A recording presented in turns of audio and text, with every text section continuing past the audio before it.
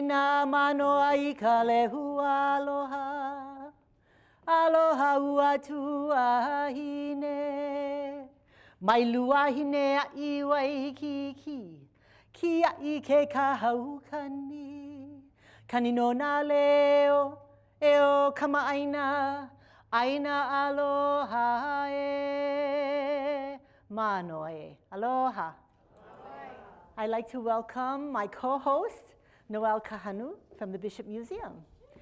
The oli that I shared was composed by one of our faculty members here, Keawe Lopes, who teaches Hawaiian language, and it says, welcome. Manoa welcomes the multitude with the tuahine rain, the beloved tuahine rain, and the brother wind, haukani. It goes from the old folks, the mountains in the upper valley, to the shores of Waikiki. Aloha. Aloha, and so that's how most people know Vicky, as a kumuhula, as somebody who has been the executive director of Pa'i Foundation. She has been also very associated with many hot topic issues. You see her on the front lines. She is carousing and rousing people and getting thousands to march in red shirts down the streets. Yeah, so this is na'au, I'm never. So the topic of our talk is, it's na'au or never, right? So, so I'm, not in this realm. What happens is my daughter was a student when she was a toddler, and she still is. She was taking hula from Auntie Vicky. And at Bishop Museum, we wanted to apply for a grant to create our first Native Hawaiian Arts Market in Hawaii. Now, they've been doing that for over 180 years in Santa Fe, and we had not had a single Native Arts Market here in Hawaii. So we wanted to apply for that grant, but lo and behold, Bishop Museum is not eligible to apply for the grant. So I wrote it, but I needed somebody to apply. So I was kind of nervous, kind of scared, and I went up to Vicky, and I asked her if she would be willing to be the grant recipient for the grant that we were applying for. And that was in 2005. Right, so Noelle brings this opportunity for us to apply for a grant. Now, I had already been on the rampage with the State Foundation on Culture and the Arts because they had built this beautiful, big convention center, and they had spent $1 million to purchase arts in public places, but not one penny went to a Native Hawaiian artist. So all our Native Hawaiian artists here were not invited, were not commissioned for a piece in the convention center. So you can spend $1 million of my tax dollars and not commission a Native Hawaiian artist. So I'd already been on the rampage to we need to ho'ohanohano. We need to praise, and we need to take that into our own hands.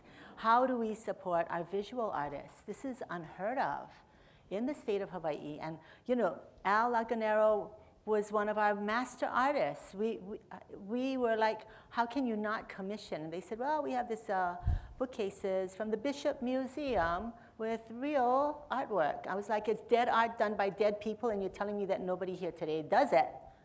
That nobody is doing feather work, nobody is doing lei hulu, nobody is doing kapa. And we have master artists that you apprentice to teach younger apprentices how to make this work. So you never commissioned your own folk arts master artists for these pieces. So when I just took that opportunity, and I said, yes, let's do it. And we invited a couple of other people to have this talk story about how we were going to master this work with, like, Hiko Hanapi. Love him. So I called, and we're on email. I would love to, I've never been to Santa Fe. And Hiko sends me an email. I bought you a ticket. You owe me $400.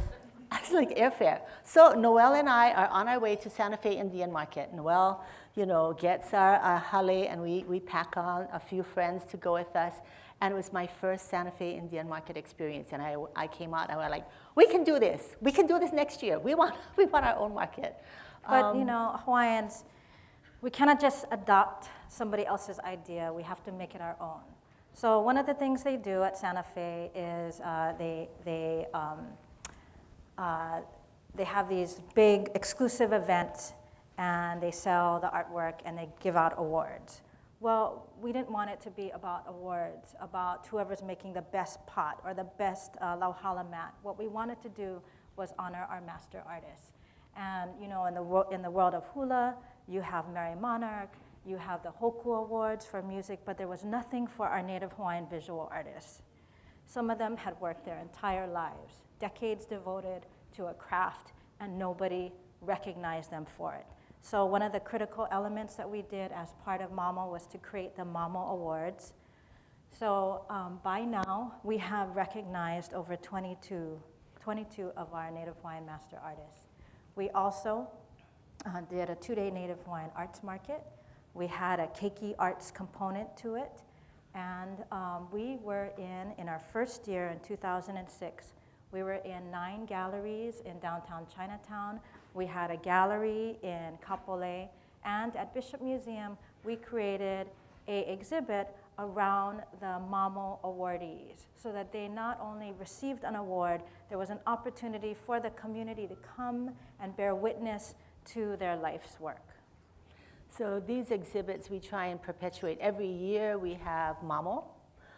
It's usually April, May, and now we've expanded from the Bishop Museum in downtown Chinatown to Wailoa Art Gallery around Merry Monarch time, the Wailoa Art Gallery in Hilo, Waimea Arts Market is just started last year. We're hoping that we can nurture that so that we can expand to the neighbor islands and give opportunities for our neighbor island artists, not so that they don't always have to come to Honolulu to share and exhibit their art. We also started a MAMO wearable art show. So well, how can we transfer? Because for me, art is not just what you put on a wall. Art is also functional for us, kahili, leihulu, but we wear our art, whether it's kakao on our fabric, for ritual, for ceremonial purposes, all of our adornments, those are all masterpieces of art. And we wanted to celebrate art in all facets, not just contemporary artwork, but traditional artwork. So the blending or the introduction of our MAMO Wearable Art Show as a fashion show. And we've had it at several different locations. We kind of like our Hawaii Theater location right now. And that's always in May as well. We invite artists to expand. And this year we had a visual artist who's in our audience that took her print from canvas to wearable art, Harinani Orme. And we have several artists that have always supported.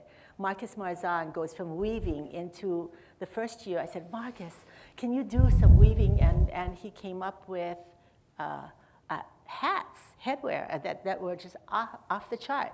And then capes that ended up being a cape and then ended up being a skirt and ended up being, and then taking that off. So we've expanded that artwork. I think the celebration for us today is that Hawaiian artists have a venue to participate in whatever way they choose to participate. We've also been invited to Santa Fe Indian Market next year to take a booth in Santa Fe Indian Market to showcase some of our artwork and our artists. But you know, the challenges persist and continue. And we just held our 7th Native Hawaiian Arts Market. We actually had less galleries than we've ever had. We started with 9 in downtown Chinatown, and today we had 2. Part of that is the exodus. You have a lot of galleries that are moving to Kaka'ako, so the scene is changing. So it's important when you advocate on behalf of Hawaiian arts that you understand the dynamics that are changing. We also had a smaller audience than in years past. We actually started out in 2006 with over 70 artists, and this year we had 37. That being said, we actually raised twice as much money. So the artists, the people that are coming are the people that are wanting to buy artwork and are leaving with beautiful work that is a testament to the depth and the diversity and the creativity of our Hawaiian community. But at the end of the day, when we gather together as artists at the end of the 2-day market, what everyone will always say is that what is most important about Mamo is the opportunity to gather as artists, to spend time together. It is not for Hawaiians about the money at the end of the day. That's great, that's nice. If you leave after 2 days having sold 2 original works, like Meala Bishop, that is profound. But as important, if not more, is the time that you get to spend and gather with your fellow members of your visual arts community. And it is, at the end of the day, about relationships. And I want to acknowledge that there are 2 Mamo awardees in the audience today. And one is Ipo Nihipali.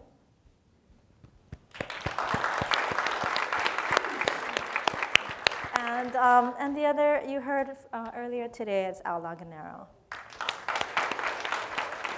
And I'm sure we have future Mamo awardees in the audience. But what's important is that we keep this movement alive. Mamo does not stand for Maoli Arts Month, it stands for Maoli Arts Movement. And it is something that must continue well beyond us. And Vicky has a new phase that she's moving us into. Yes, we're building an affordable housing project for artists in Kaka'ako. And so all you artists that are interested, and it's just for artists, and a new space for Halal and Pa'i Arts and Culture Center. We'll have a gallery there that we want to showcase Native Hawaiian artwork, but also the artwork of everybody in the building. So 80 units of affordable housing, 1, 2, and 3 bedroom apartments, because we have family. Some of us have kupuna that live with us. We're not just building for individuals, artists that is a single young person that doesn't have family. So we want for children and adults. So that's going to be really exciting for us to bring our artwork to Kaka'ako. While we want to expand the artwork in downtown Chinatown, we also know that we have to go where the market is. And the space was offered to us, and we're right now in the middle of doing a survey for artists. So if you haven't completed the survey, please complete that artist survey. That would be wonderful. I want to go back to where Al Laganero started with us, and how I never knew that I would be doing what I'm doing now. But you know that our kupuna knew that we were going to be doing this, and that sometime in our future we would be presenting for. But it's when we say it's na'au, it is our na'au. And while Rick showed all those wonderful places in Shanghai or wherever he was showing, I was paying attention, I really was. But what is unique about Hawaii is not the sand, it's not the beach, it's not the palm trees, it's not the hotel and the tourist industry, it's the Hawaiians that make Hawaii what it is today. So without Hawaii, without Hawaiians, without our art, our cultural practice, without our native plants, there is really no Hawaii.